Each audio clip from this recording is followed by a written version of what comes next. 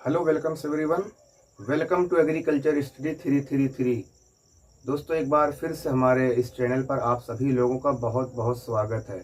सबसे पहले अगर आप हमारे इस चैनल पर नए हैं तो चैनल को सब्सक्राइब ज़रूर कीजिएगा, क्योंकि आपको रोज़ इस चैनल पर एक से बढ़कर एक वीडियो आपके स्टडी प्लान के लिए, सामाजिक विज्ञान हो या इंग्लिश के लिए, वो क्लासेस मिलती हैं जो आपके बोर्ड एग्ज़ाम में काफ़ी सहायता करेंगी।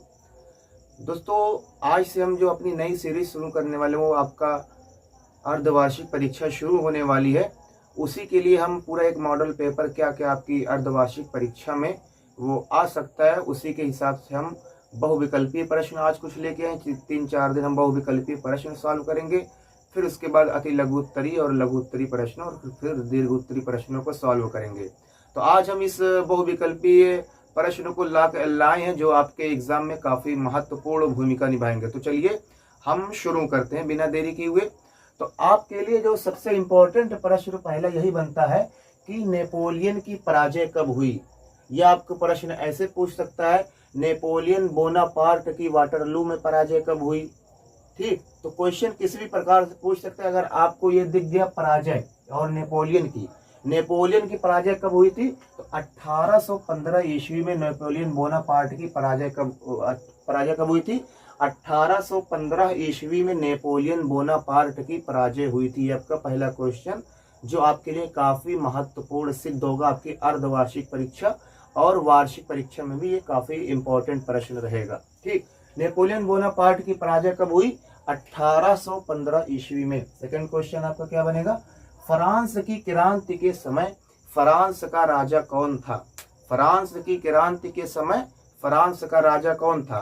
तो आपको पता है फ्रांस की क्रांति कब हुई थी? 1789 ईस्वी में। और उस समय फ्रांस में लुई 16वां नाम का राजा था, शासक था। ठीक, तो फ्रांस में कौन शासक था क्रांति के समय? लुई 16वां नाम का शासक था। और वो किस राजवंश से संबंध रखता था? तो वो बूर्बो राजवंश से संबंध रखता था। तो क्वेश्चन ऐसे भी पूछ सकता है, फ्रांस की क्रांति के समय फ्रांस में किस राजवंश का शासन था? तो कौन से राजवंश का शासन था? बूर्बो राजवंश का शासन था। ठीक, यह क्वेश्चन ऐसे पूछ सकता है, फ्रांस की क्रांति के समय फ्रांस का शासक कौन था या राजा कौन था? लुई 16वां। और फ्रांस की क्रांति कब हुई थी? 1789 ईस्वी में। दो क्वेश्चन आपके हो गए। अगले क्वेश्चन है, रूस की क्रांति के समय रूस का राजा कौन था? ये तो हमने फ्रांस की क्रांति पढ़ ली। फ्रांस की क्रांति समय फ्रांस का राजा कौन था? लुई 16वां।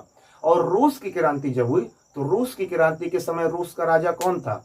रूस की क्रांति के समय रूस का राजा था जार निकोलस द्वितीय। रूस की क्रांति के समय रूस का राजा कौन था? जार निकोलस द्वितीय। ठीक, अगला क्वेश्चन क्या है हमारा? रूसो कौन था? रूसो आप लोगों ने पढ़ा होगा कि फ्रांसीसी क्रांति में महत्वपूर्ण भूमिका निभाई थी किसने? रूसो ने। तो रूसो कौन था? रूसो एक दार्शनिक था, मार्ग दिखाने वाला। रूसो कौन था? रूसो एक दार्शनिक था। अगला प्रश्न क्या है? फ्रांसीसी क्रांति कब हुई? फ्रांस की क्रांति कब हुई? तो अभी हमने यहाँ पर बताया था फ्रांस की क्रांति कब हुई थी। फ्रांस की क्रांति 1789 ईस्वी में हुई थी। फ्रांस की क्रांति कब हुई थी? फ्रांस की क्रांति 1789 ईस्वी में हुई थी। और फ्रांस की क्रांति के समय राजा कौन था? लुई 16वां। और वो किस राजवंश से संबंध रखता था? बूर्बो राजवंश से संबंध रखता था। ये सब काफी महत्वपूर्ण प्रश्न ऐसे छपे हुए मिलेंगे आपकी परीक्षा में। ठीक, तो आप इनको अच्छे से याद कर लीजिएगा कौन कौन से क्वेश्चन है। अगला क्वेश्चन क्या है? कौन सा वर्ग टाइद नामक कर की अदायगी करता था या कौन सा वर्ग टाइद नामक कर देता था? तो हमने आपको क्लासरूम में बताया था पढ़ाते समय कि फ्रांस की क्रांति के समय फ्रांस का समाज 3 वर्गों में विभाजित था, प्रथम वर्ग, द्वितीय वर्ग और तृतीय वर्ग। प्रथम वर्ग में आते थे पादरी लोग जो चर्च में पूजा पाठ प्रार्थना करवाते थे। ठीक, द्वितीय वर्ग में धनी कुलीन व्यक्ति आते थे और तृतीय वर्ग में कौन लोग आते थे? मजदूर, गरीब लोग।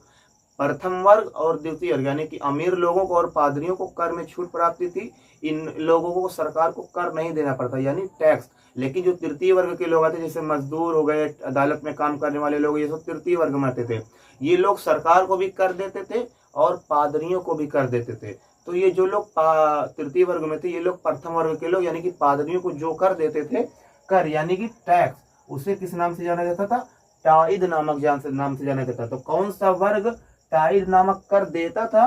तो आ जाएगा तृतीय वर्ग। अगर ये पूछा जाए कौन सा वर्ग टाइद नामक कर लेता था, तो वो हो जाएगा यहाँ पे प्रथम वर्ग। ठीक भाई, तृतीय वर्ग देता था और लेता कौन था? प्रथम वर्ग। ये हो गया। अगला क्वेश्चन है, रूसी क्रांति की तिथि है। फ्रांस की क्रांति की तिथि क्या है? 1789, 14 जुलाई 1789। लेकिन आपसे पूछ लिया रूस की क्रांति कब हुई, तो 7 नवंबर 1917 ईस्वी में रूस की क्रांति हुई।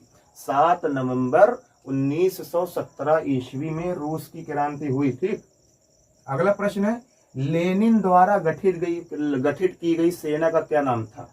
लेनिन द्वारा गठित की गई सेना का क्या नाम था? लेनिन द्वारा गठित की गई सेना का नाम था लाल सेना। क्या नाम था? लाल सेना। अगला क्वेश्चन है, भारत की उत्तर से दक्षिण की दूरी, यानी कि यहाँ से कश्मीर से देखिए आप कन्याकुमारी तक की दूरी क्या है, तो हमने आपको बताया था इसी चैनल पे बताया आपको 3214 किलोमीटर है। ठीक, तो उत्तर से दक्षिण की दूरी कितनी है? 32 से 14 किलोमीटर। ठीक, और पूर्व से पश्चिम की दूरी क्या है? 2933 किलोमीटर। क्या है? 2933 किलोमीटर। ये पूर्व से पश्चिम की दूरी है। उत्तर से दक्षिण की दूरी क्या है? 32 से 14 किलोमीटर। ये देखिए, भारतीय संविधान कब लागू हुआ? ये आप ध्यान दीजिएगा कि लागू हुआ पूछ रहा है कि बनकर तैयार हुआ। तो आपको पूछा है कि भारतीय संविधान कब लागू हुआ? 26 जनवरी 1950। अगर आपसे पूछेगा कब बनकर तैयार हुआ, भारतीय संविधान कब बनकर तैयार हुआ, तो 26 नवंबर 1949 ईस्वी को, 2 महीने पहले बनकर तैयार हो गया था। ये 26 नवंबर 1949 को बनकर तैयार हुआ और लागू कब हुआ था? 26 जनवरी 1950 को। तभी हम 26 जनवरी को क्या मनाते हैं? गणतंत्र दिवस मनाते हैं, रिपब्लिक डे, डेमोक्रेसी डे मनाते हैं। ठीक, आज का लास्ट क्वेश्चन है, भारत में कुल लोकसभा सीटें कितनी है? 543। ऐसे पूछ सकता है, आपसे ऐसे भी पूछ सकता है कि भारत में लोकसभा चुनाव के लिए भारत को कुल कितने क्षेत्रों में बांटा गया, ऐसे भी पूछ सकता है। भारत में लोकसभा चुनाव के लिए क्वेश्चन को किसी भी प्रकार से बदल के पूछ सकता है, लेकिन आपको कंफ्यूज नहीं होना है। ठीक, भारत में लोकसभा चुनाव के लिए भारत को कुल कितने चुनावी क्षेत्रों में बांटा गया? 543। ऐसे भी पूछ सकते हैं, भारत में कुल लोकसभा सीट कितनी? 543। पहला क्वेश्चन क्या है, नेपोलियन बोनापार्ट की पराजय कब हुई? 1815 ईस्वी में। फ्रांस की क्रांति के समय फ्रांस का राजा कौन था? लुई 16वां, जो कि बूर्बो राजवंश से संबंध रखता था। रूस की क्रांति के समय रूस का राजा कौन था? जार निकोलस द्वितीय। रूसो कौन था? रूसो एक दार्शनिक था। फ्रांस की क्रांति कब हुई? 14 जुलाई 1789 ईस्वी में। कौन सा वर्ग टाइद नामक कर देता था? तृतीय वर्ग। अगर आपसे आ जाए कौन सा वर्ग टाइद नामक कर लेता था, तो हो जाएगा प्रथम वर्ग। रूसी क्रांति की तिथि क्या है, यानी कि रूसी क्रांति कब आई?